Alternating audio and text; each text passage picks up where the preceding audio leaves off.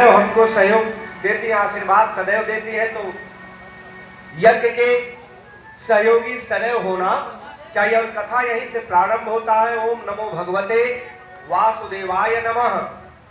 और नारद जी को देव दर्शन, भक्ति का वर्णन, आत्मदेव की कथा। सचिदानंद रूपाय विश्वस्य उत्पत्त्यादि हेतवे तापत्रय विनाशाय श्री कृष्णाय वयं नुमः। हम श्री नारायण हरि परम ब्रह्म परमेश्वर के चरणों का नमन करते हैं, वंदन करते और कीर्तन करते हैं, जो सृष्टि के उत्पत्ति, हेतु और विनाश के कारण है। श्री नारायण हरि परम ब्रह्म परमेश्वर के तीन स्वरूप हैं, सत, चित तथा आनंद। तो एक बार बोलेगा श्री सच्चिदानंद भगवान की जय हो। जो तीनों प्रकार के ताप को दूर करने वाले हैं, दैहिक, दैविक और आध्यात्मिक। श्री नारायण हरि के चरणों का आश्रय लेकर के हम श्रीमद् भागवत महापुराण के कथा को प्रारंभ करते हैं। देखिए, सतचित आनंद हमारे आपके अंदर भी विराजमान है, लेकिन हम आप अपने अंदर के आनंद को ढूंढ ही नहीं पाते हैं। हम इतर जगहों पर अपने आनंद को ढूंढते हैं, जिसका कोई अर्थ नहीं है। जड़ जीवों के अंदर भी सतचित आनंद जो है अप्रकट्य रूप से रहता है।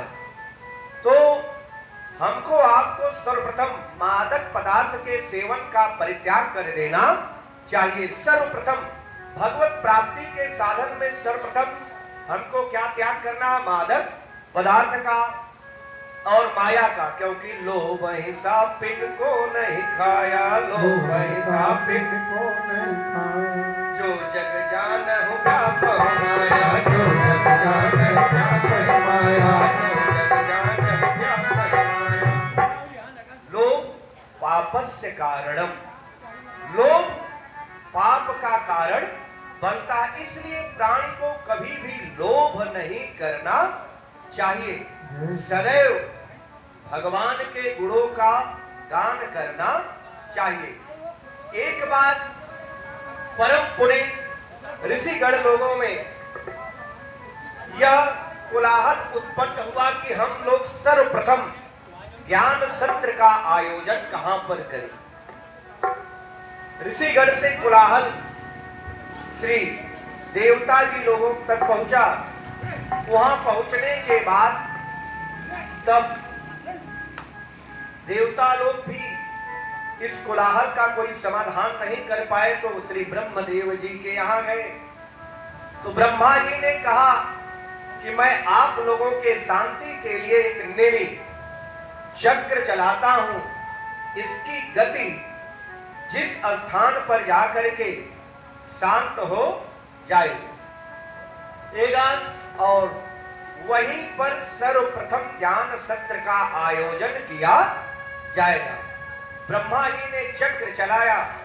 वह चक्र चलते हुए हमारे भारतवर्ष राज्य के उत्तर प्रदेश, भारतवर्ष के उत्तर प्रदेश राज्य के सीतापुर जनपद पे आकर के नैमिषारण्य नाम के परम पुनीत तीर्थ स्थल पर आकर के उसका गति शांत हो गया। तो एक बार बोलेगा श्री चक्र तीर्थ की जय हो, श्री नैमिषारण्य धाम की जय हो। तो सर्वप्रथम ज्ञान सत्र का आयोजन हमारे चक्र तीर्थ श्री नैमिषारण्य नाम के धाम पर हुआ। और वहीं पर कथा के वक्ता बने सूत जी, उनके सौनकादि 88,000 शिष्य श्रोता बने।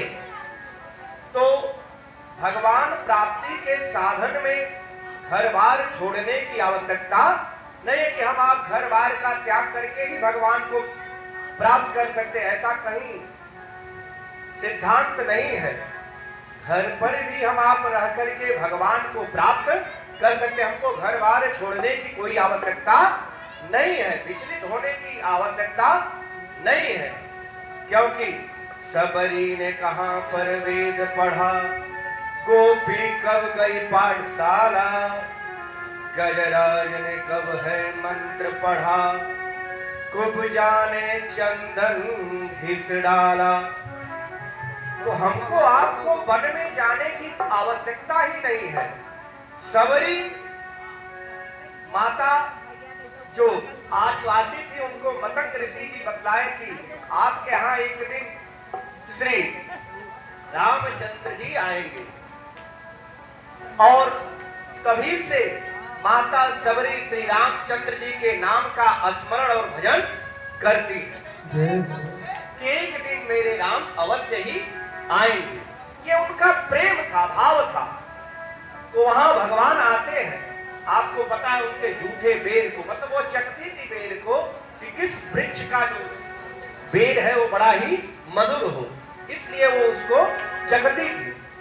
और भगवान के लिए तभी सेवा रखना प्रारंभ करते हैं कि जब भगवान आएंगे तो मैं उनको यही बेर खिलाऊंगी। कुब्जा के पास भी कोई ज्ञान नहीं था। एक समय वह अपने राजा के लिए अंचल, उसका काम था प्रतिदिन का कि अपटन और चंदन घिस करके कंस को लेकर के जाना। बीच मार्ग में भगवान उनको मिले हैं और तब पूछे कि आप कहां जा रहे हैं। तब सुंदरी का संबोधन प्रभु करते हैं और प्रभु के स्पर्श से कुब्जा जो 3 जगह से टेढ़ी रहती है, वह एक सुंदर स्त्री के रूप में परिवर्तित हो जाती है। आपको पता है गजेंद्र इतने बलशाली थे,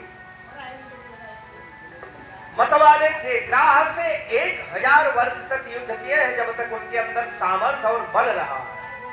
जब उनका बल संपन्न हुआ, तो जब उनका सामर्थ्य समाप्त होने लगा, तो कमल के पुष्प को तालाब से उखाड़ते और प्रभु का स्मरण करते और प्रभु आते हैं, राह को मुक्ति प्रदान करते हैं और अपने भक्त गजराज को उबारते हैं। तो भगवान पर सदैव ध्यान केंद्रित करना चाहिए, कभी भी विचलित नहीं होना चाहिए। जो भी हमको आपको प्राप्त होता है वह केवल प्रारब्ध बस ही प्राप्त होता है, क्योंकि कर्मणा जायते जंतु कर्मणे विलीयते सुख दुखम भयम क्षेमम कर्मणा भी पद्यते। मनुष्य जीव कर्म के अनुसार जन्म लेता है, सुख और दुख वह कर्म के अनुसार ही प्राप्त करता और कर्म में ही वह लीन हो जाता है। इसलिए कभी भी संदिग्ध नहीं होना चाहिए। भगवत प्राप्ति के लिए हमको आपको घर बार छोड़ने की आवश्यकता नहीं। अगर हमारे अंदर भाव है तो हमारे आपके समीप प्रभु स्वयं आएंगे भाव से। कहते प्रभु अहम भक्त पराधीन, मैं भक्त के अधीन हूं, लेकिन भाव से। भाव नहीं है तो भक्ति का कोई भी अर्थ नहीं। इसलिए भाव अपने हृदय में सदैव रखना चाहिए भगवान प्राप्ति के लिए। और जब महाराज परीक्षित जी को कथा श्रवण कराना प्रारंभ करते हैं, तो जब महाराज परीक्षित जी कथा श्रवण के बाद अकाल मृत्यु से मोक्ष को प्राप्त करते हैं, तो ब्रह्मदेव को भी बड़ा आश्चर्य चकित होता है कि इस संसार में अकाल मृत्यु से किस प्रकार मोक्ष प्राप्त हुआ। तो श्रीमद् भागवत महापुराण को तराजू के एक पलड़े पर रखते हैं और दूसरे पलड़े पर भक्ति के अन्य साधनों को रखते हैं। लेकिन जितने भी संसाधन हैं श्रीमद् भागवत महापुराण के समेत एकदम तुच्छ हो जाते हैं, एकदम हल्के हो जाते हैं। तो इसलिए एक बार पुनः कहेगा श्रीमद् भागवत महापुराण की परीक्षितिम कथा वक्तुम सभामाय स्थिते सुखम सुधा कुंभ गृहतैव देवा तत्र समागमनम। जब परीक्षित जी को कथा श्रवण कराना प्रारंभ करते हैं श्री सुखदेव जी, तब वहां पर संपूर्ण देवता अमृत से परिपूर्ण कलश को भर करके लाते हैं।